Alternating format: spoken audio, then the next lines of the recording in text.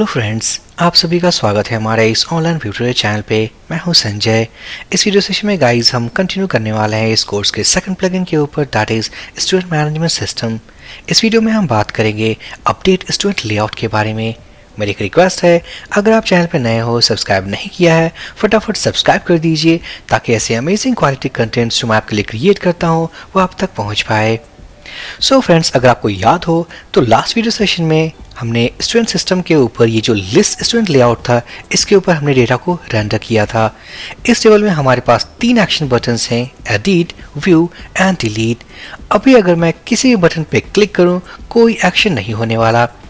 इस वीडियो में हम बात करेंगे, अगर हम एडिट पे क्लिक करें तो क्लिक करते ही हमारे पास जो URL है आप देख सकते हो, admin.php page equals to student system, जो कि पेज स्लग है। नेक्स्ट है हमारे पास क्वेरी स्ट्रिंग पैरामीटर एक्शन, जिसके अंदर जो वैल्यू है called edit and ID equals to 1 क्या है, स्टूडेंट ID। और एक बात, अगर आपने वीडियो यहीं से स्टार्ट किया है तो मैं आपको स्ट्रांगली रिकमेंड करूंगा कि इस प्लेलिस्ट के हर एक वीडियो को देखें ताकि सही तरीके से वर्डप्रेस प्लगइन डेवलपमेंट की इस पूरी सीरीज को आप समझ पाओ। यहाँ पर फ्रेंड्स हम इस URL के बेसिस पे काम करने वाले हैं ताकि अगर हम क्लिक करें इस बटन के ऊपर तो हमारे पास एक लेआउट हो, उस लेआउट में हमारे पास स्टूडेंट की इंफॉर्मेशंस ऑटोमेटिकली फिल्ड हो, जहां से हम उसे अपडेट कर सकें। तो यहाँ पर हमारे पास 2 ऑप्शन है अपडेट स्टूडेंट लेआउट के लिए, या तो हम न्यू लेआउट क्रिएट कर सकते हैं, या हमारे पास एक बने बनाए लेआउट है दैट इज एड स्टूडेंट, हम इसी को यूज कर लेंगे but on the basis of some conditions. अगर हमारे पास क्वेरी स्ट्रिंग पैरामीटर नहीं है, इसका मतलब ये होने वाला है एड स्टूडेंट लेआउट। बट अगर हमारे पास क्वेरी स्ट्रिंग पैरामीटर हो जहां पर एक्शन इक्वल्स टू एडिट और ID में कुछ वैल्यू है, तो उस केस में हम ओपन करेंगे अपने अपडेट स्टूडेंट लेआउट को। एक ही लेआउट को हम 2 केसेस में यूज करने वाले हैं। चलिए स्टार्ट करते हैं। तो सबसे पहले हम ओपन करने वाले हैं अपने लेआउट को, liststudent.php। यहाँ पर वो एक्शन बटन्स हैं जैसे कि एडिट, जहां हम सेंड करने वाले हैं अपने क्वेरी स्ट्रिंग पैरामीटर्स में page equals to student system, action equals to edit and ID equals to student ID। यहाँ पर जो most important parameters होने वाले हैं that is action and ID। Action के बेसिस पे हम ओपन करेंगे लेआउट और ID के बेसिस पे हम फैच करने वाले हैं उस स्टूडेंट के डिटेल्स को। तो सबसे पहले हम ये देखेंगे कि हमारे पास जो स्लग है page slug, page equal student system, अगर इस स्लग को हम ओपन करते हैं तो हमारे पास कौन सा पेज ओपन होता है, तो हमारे पास जो लेआउट ओपन है दैट इज लिस्ट स्टूडेंट। यहीं पे वो कंडीशंस हम पुट करने वाले हैं कि अगर एक्शन में हमारे पास एडिट है, ID है, तो उस केस में ये लेआउट डिस्प्ले ना करके हम डिस्प्ले करने वाले हैं एड स्टूडेंट लेआउट, और वहां पर हम कंडीशंस के बेसिस पे चेंजेस करेंगे। मैं जाने वाला हूं अपने क्लास फाइल पे, और इस क्लास के अंदर हमने जो first call back function define किया था that is list student call back, और इसी कॉल बैक से हमने रेंडर किया है अपने लिस्ट स्टूडेंट लेआउट को। अब यहाँ पर हम क्या करने वाले हैं, यहाँ पर हम कंडीशंस ऐड करेंगे जो कि एक्शंस, एक्शन एंड ID के ऊपर होने वाला है। इफ गेट और यहाँ पर एक्शन इक्वल्स टू एडिट, अगर वो एडिट एक्शन है, अदरवाइज एल्स ब्लॉक होगा हमारे पास, और उस एल्स ब्लॉक में हम रेंडर करेंगे अपने लिस्ट स्टूडेंट को लेआउट को। हम पुट कर देंगे सारे कोड को इस एल्स ब्लॉक के अंदर। अब हम जाने वाले हैं अपने इस इफ ब्लॉक के अंदर, इसका मतलब एक्शन इक्वल्स टू एडिट है। उस केस में हम ओपन करने वाले हैं अपने इस पेज को दैट इज addStudent.php। सिंपल, हम इसे कॉपी करेंगे, कॉपी करने के बाद हम पुट कर देते हैं। यहाँ फिलहाल अगर सारी चीज़ों को सेव करने के बाद ब्राउज़र पे जाऊँ, रीलोड करूँ, तो हमारे पास क्वेरी स्ट्रिंग पैरामीटर नहीं है, तो आप देख पाओगे लिस्ट स्टूडेंट लेआउट। बट वहीं अगर मैं क्लिक करूँ एडिट, तो हम देख पाएंगे एड स्टूडेंट।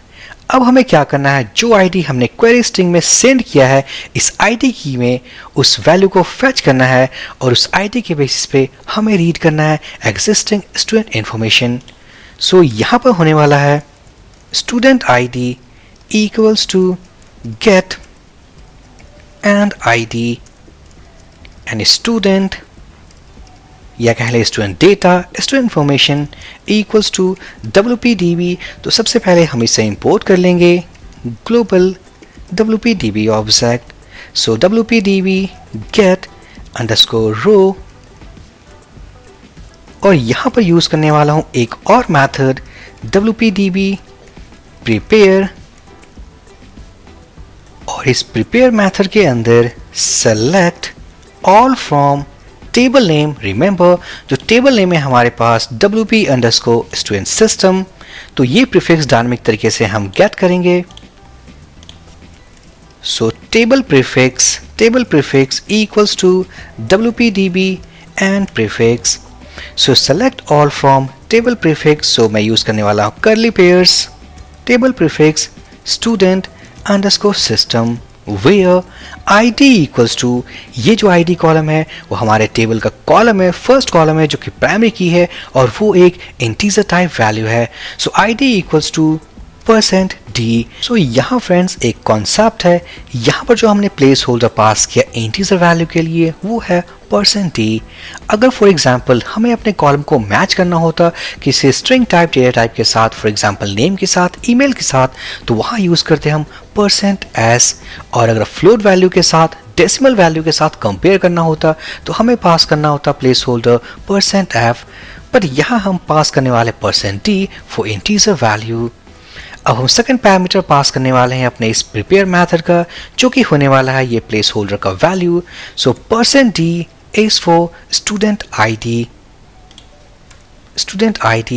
अब हम इस मेथड से बाहर जाएंगे, कॉमा पुट करेंगे। अब इस गेट रो के सेकंड पैरामीटर में हम पास करने वाले हैं एक constant that is array underscore a, which means ये जो रिजल्ट हमारे पास आएगा ये एक ऑब्जेक्ट होने वाला है, स्टूडेंट ऑब्जेक्ट। इस ऑब्जेक्ट को हमने कन्वर्ट कर दिया इसको ऐड करके एक एसोसिएटिव एरे में। अब हम क्या करने वाले हैं, इस स्टूडेंट वेरिएबल को इस पेज पे हम एक्सेस करने वाले हैं ताकि स्टूडेंट के डेटा को हम रीड कर पाएं और फॉर्म्स में ऑटोमेटिक तरीके से हम फिल कर सकें। तो यहाँ हम ओपन करने वाले हैं addStudent.php, और एक बात अगर मैं क्लास में वापस जाऊँ तो यहाँ पर हम टॉप पे जाएंगे और एक प्राइवेट वेरिएबल को हम ऐड करने वाले हैं first, private equals to action के नाम से, जिसका जो इनिशियल वैल्यू होने वाला है दैट इज एम्प्टी। अब हम जाएंगे अपने इस लिस्ट स्टूडेंट कॉलबैक मेथड में और यहाँ हम पास करने वाले हैं this action equals to edit, ताकि हमें ये पता हो कि हम जो ऑपरेशन परफॉर्म करने वाले हैं this is for edit operation. अब हम जाएंगे अपने इस लेआउट के ऊपर और यहाँ पर सबसे पहले हम चेंज करने वाले अपने लेबल को। सो एड स्टूडेंट को मैं कट कर लूँगा, हम यहाँ पुट करने वाले एक कंडीशन को, सो इफ, और उससे पहले हम इस एक्शन को फर्स्ट पास करने वाले हैं अपने इस पेज के ऊपर। So action equals to this action, ताकि ये जो एक्शन वेरिएबल हमारे इस क्लास का है उसके अंदर जो वैल्यू हमने स्टोर किया है हम उसे भी एक्सेस कर पाएँ अपने इस पेज के ऊपर। सो एक्शन, तो यहाँ पर हम पास करने वाले हैं एक्शन इक्वल्स टू एडिट। अगर वो एडिट है उससे पहले हम चेक करेंगे क्या ये वेरिएबल एग्जिस्ट करता है। Is set logical and operator, अगर वो एडिट ऑपरेशन है तो इसका जो लेबल होने वाला है that is edit student. Otherwise हम जाएंगे इस एल्स ब्लॉक के अंदर और ये होने वाला है echo add student. So successfully conditions के बेसिस पे ये लेबल चेंज हो चुका है।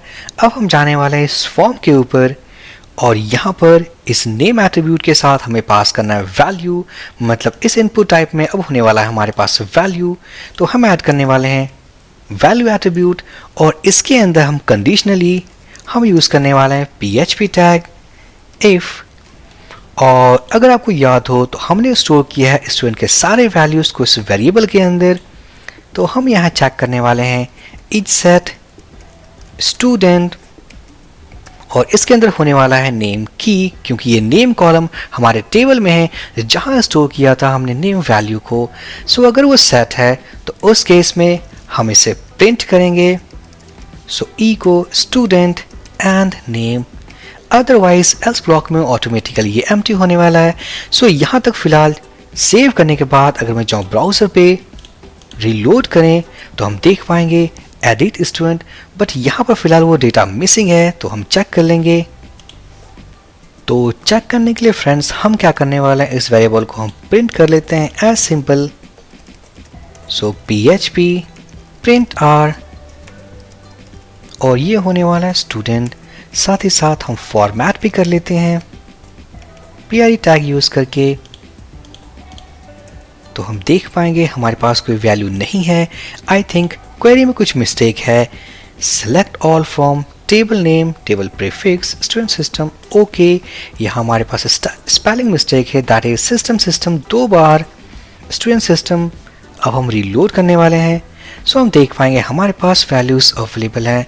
साथ ही साथ इस नेम फील्ड में वो वैल्यू फिल्ड है।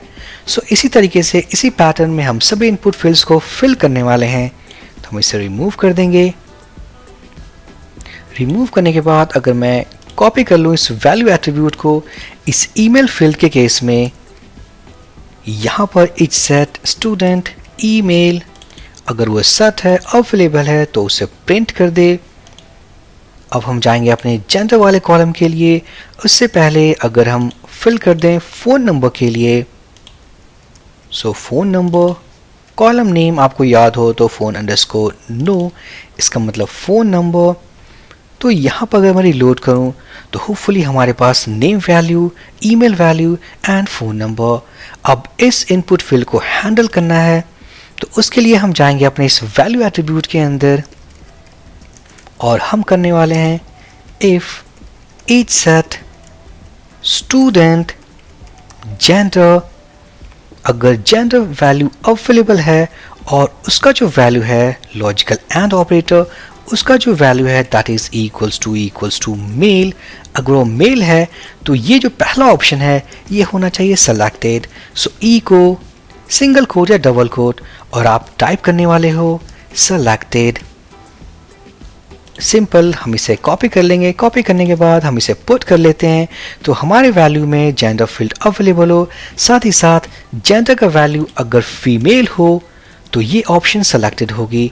अदरवाइज जो लास्ट ऑप्शन है, अगर जेंडर का वैल्यू होने वाला है अदर, तो उस केस में लास्ट ऑप्शन सेलेक्टेड होगा। सो सेव करने के बाद अगर मैं रीलोड करूं तो हम देख पाएंगे मेल ऑप्शन इज सेलेक्टेड। तो सक्सेसफुली फ्रेंड हमारे पास एक पेज अवेलेबल है, मतलब हमने सेम पेज को यूज़ किया। बट यहाँ पर अगर कोई देखे तो कह सकता है 2 पेजेस हैं विथ 2 डिफरेंट ऑपरेशन। एक है हमारे पास ऐड स्टूडेंट, बट इसी पेज को हमने यूज़ किया है अपने एडिट ऑपरेशंस के लिए। अगर मैं क्लिक करूँ इस 4th नंबर एम्प्लॉय तो हम देख पाएंगे सारे ऑपरेशंस फिल्ड हैं। अब नेक्स्ट वीडियो में हम देखने वाले हैं कि अगर हम इन सभी वैल्यूज़ के साथ या कुछ चेंज करने के बाद अगर हम क्लिक करें सबमिट बटन तो किस तरीके से अपने एग्जिस्टिंग डेटा को हम अपडेट कर पाएँ। साथ ही साथ हम यहाँ एक और चेंज करना चाहते हैं, जैसे कि ये जो फॉर्म है जिसका एक्शन एट्रीब्यूट है, इस बार ये ऐड स्टूडेंट नहीं है, इस बार ये होने वाला है एडिट स्टूडेंट। सो यहाँ हम क्या करने वाले हैं, हम इस स्लग को यूज़ करेंगे जो कंप्लीट स्लग है हमारे इस एडिट स्टूडेंट पेज का। सिंपल हम इसे कॉपी कर लेते हैं। कॉपी करने के बाद हम जाएंगे इस एक्शन एट्रीब्यूट में और on the basis of condition PHP if हम यूज़ करने वाले हैं एक्शन इक्वल्स टू एडिट। अगर एडिट ऑपरेशन है तो हमारे पास यहाँ होने वाला है वैल्यू, अदरवाइज हमारे पास होने वाला है एक एल्स ब्लॉक और इस एल्स ब्लॉक में हम यूज़ करने वाले हैं सेम एक्शन एट्रीब्यूट को। सिंपल हम कॉपी कर लेंगे, मीन्स कट कर लेंगे और कट करने के बाद हम इसे पेस्ट कर देंगे। सो ये फ्रेंड्स जो पहले था वो था हमारा एल्स ब्लॉक का एक्शन एट्रीब्यूट, बट इस इफ ब्लॉक का इसका मतलब अगर हमारे पास एडिट ऑपरेशन है तो उस केस में हम यूज़ करने वाले हैं। सिंपल हम इसे कॉपी कर लेते हैं, पुट कर देंगे। पुट करने के बाद अब यहाँ पर जो हमारे पास URL दैट इज admin.php, हम इसे रिप्लेस कर लेते हैं admin.php page equals to student system, action equals to edit and ID equals to 4।